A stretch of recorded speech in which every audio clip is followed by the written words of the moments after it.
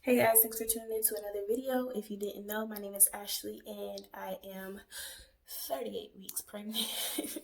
I have this on because I just got through taking a couple of shots of my body just for a video that I want to kind of record in the future, like my pregnant body, my postpartum body, and this and third. But anyway, you'll see that when it's up. But yeah, so if you haven't been keeping up, my last video, I tried the Midwives Brew. The video before that, I tried all natural induction methods at home to see if I could get my pregnancy kicking and going. I've been exercising. I've been drinking red raspberry leaf tea. I've been taking even primrose oil. I've been doing everything that I pretty much could do. Yesterday, I even broke down and ate a bowl of spicy ramen, and I hate spicy food. But nothing is working. Like, I was so disappointed when the Midwives Brew didn't work, because that was supposed to be my go-to. And I'm breaking out everywhere still. Like, I'm so tired of these pregnancy hormones. I get new bumps every day, all on my body, my neck, my chin, my chest. I have all of this discoloration on my shoulders. Like, I'm just really over it. I want my body back, and I'm ready to meet my baby. But I do have a 38 weeks appointment today. I am 38 weeks in 2 days. Last week, when I went to my appointment on Tuesday, I was 37 weeks in 2 days, of course. But I was also forcing just dilated. And I'm just hoping that I'm even more dilated now. But it's crazy, because I was forcing meters when I was admitted to the hospital with Journey. But I also had sex the night before, and I'm thinking that's what made her, well, I know that's what made her come. But I haven't had sex yet with this pregnancy, and I don't know. But I'm going to ask my doctor if we can do a membrane sweep today. Hopefully she says yes, and hopefully that will be successful, because it's going to be similar to having sex. Like, is once you strip the membrane, like, all these different hormones are supposed to be released and kind of signaling to your body for you to have contractions or whatnot, but it can also take a while for it to happen. But I'm ready to try it. She told me last time I was at the hospital that I am full term, so it's okay, it's safe to do something like that. So I'm gonna ask her today, because I'm ready to get her out, guys. Just so ready. So in order to get ready for my appointment, I need to go ahead and hop in the shower really quickly. Then I have to wake Journey up and get her ready to run and eat some breakfast, and we will be on the road a little later.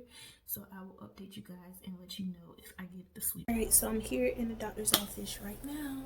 Got my blood pressure checked and everything. Pants are on. I'm gonna ask her to do a membrane sweep. They said it's okay, so let's see. I'm gonna go get. Nah, you just wasn't talking. Now you want to talk. Hi. Alright, so I'm gonna head to the store and get some more apricot nectar. The doctor was able to do the membrane sweep, which was so freaking uncomfortable, y'all. It felt like this lady's put her whole fist in my vagina. Like, I don't know, it was just, and then she was just sweeping like in circles like that, and she had to do it for like, I don't know, like 15 seconds. It was just constant sweeping, but it was the most uncomfortable thing I have ever felt. And like, it wasn't painful, but it did hurt a little bit, because she had to use like a lot of pressure, but she was sweeping, and I'm like, what the heck? And I didn't know whether to cry or to laugh, so I just bust out laughing, because I was trying not to scream. And I was gripping the table, everything. It was horrible. It was horrifying. Like, I'm traumatized from that. So hopefully I start feeling some contraction soon. I did feel like one strong one earlier, but who knows. So I know I said I wasn't gonna drink this nasty shit again, but y'all, I am desperate for some kind of result. So I am going to attempt the Midwives Brew one more time, since, you know, I got the membrane sweep, so I have something on my side to kind of help. I just need to get the apricot nectar and some more almond butter from the store, and once I do that, I'm gonna try it once we get home. I'm going to try the Midwives Brew again, like I already said, except this time it's a different recipe. But the horrible part is that this time, instead of only 2 tablespoons, I have to take 4 tablespoons of castor oil. I'm hoping that the ginger ale covers that taste or helps kind of mask the texture. We'll see. Alright, so here are the ingredients that you will need. You will need 2 packs of the almond butter, a can of ginger ale, apricot nectar, and of course the castor oil. Right here I am using ice. It is optional. You don't have to if you don't want to, but I like my drinks really cold. So I had the apricot nectar and the ginger ale in the fridge chilling for a while. Right now I'm pouring half a can of apricot nectar into the blender. The recipe calls for half a can, but I've actually poured a little more than half. And I am using 4 tablespoons of castor oil. Castor oil is the active ingredient in this recipe, so you can't do it without it. 4 tablespoons does seem excessive, but the first 2 tablespoons didn't work for me in the other recipe, so maybe this will work this time, hopefully.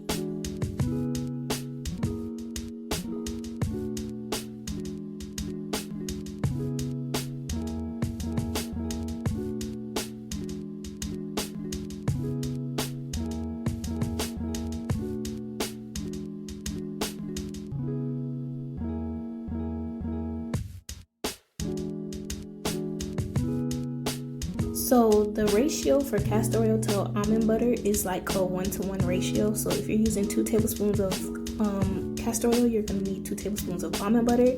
This recipe calls for 4 tablespoons of almond butter because you're using 4 tablespoons of castor oil.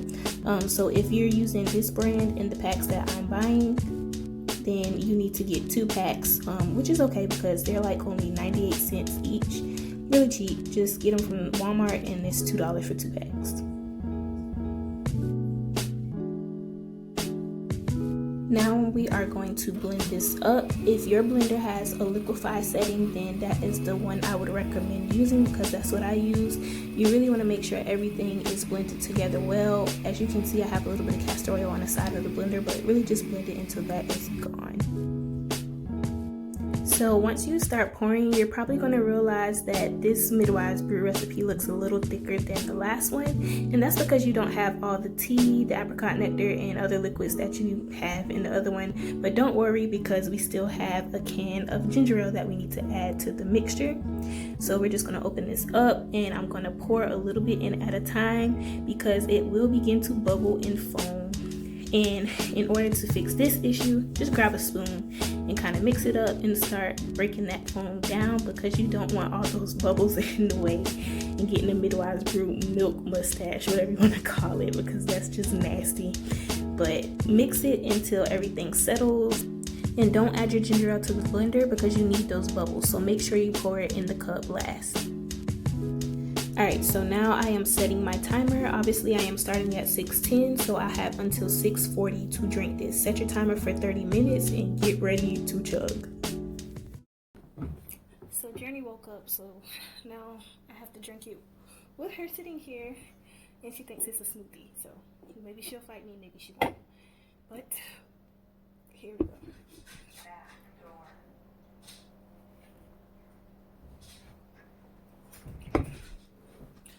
Ooh, it actually tastes better this time.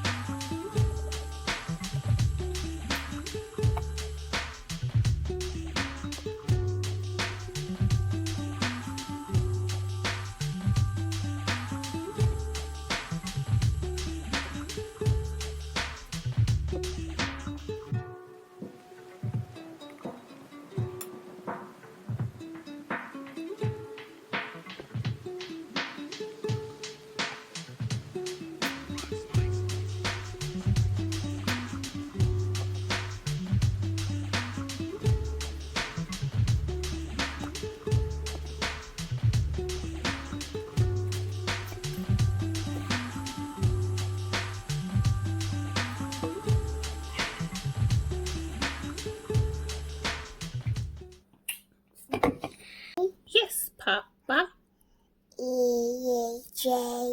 No, Papa. Are you sure? Yes, Papa.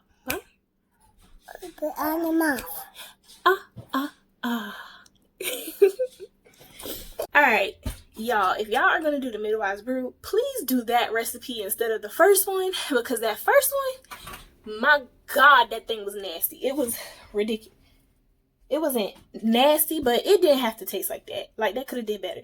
But with this recipe, the ginger ale really did mask the taste.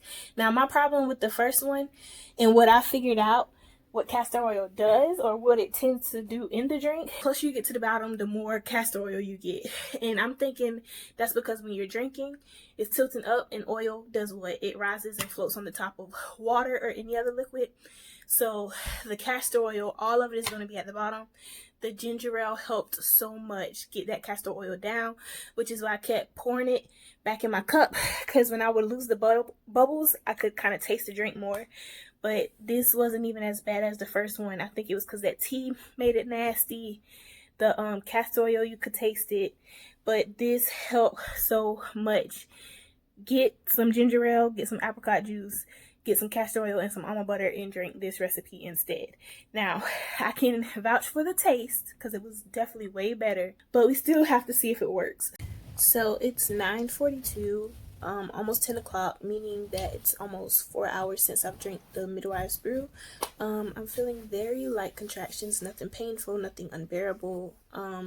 I've been to the restroom, but not to make a bowel movement. But I said that to say that I do have a little spotting from the membrane sweep, so don't be alarmed if you see blood after you get after you do the sweep, because it's normal. Yeah, so now it's still a waiting game, still waiting to see if it works, and I will update you guys in a little bit. Okay, it's 10:10, and y'all, I'm having contractions. I'm having one right now. Hold on.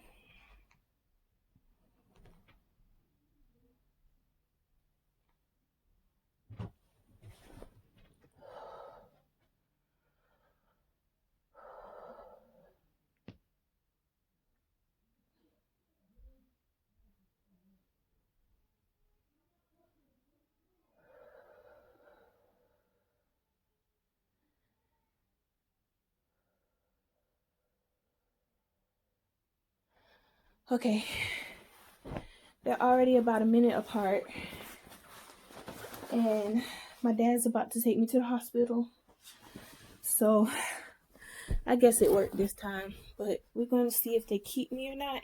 My water hasn't broken or anything yet, but I'm ready to go.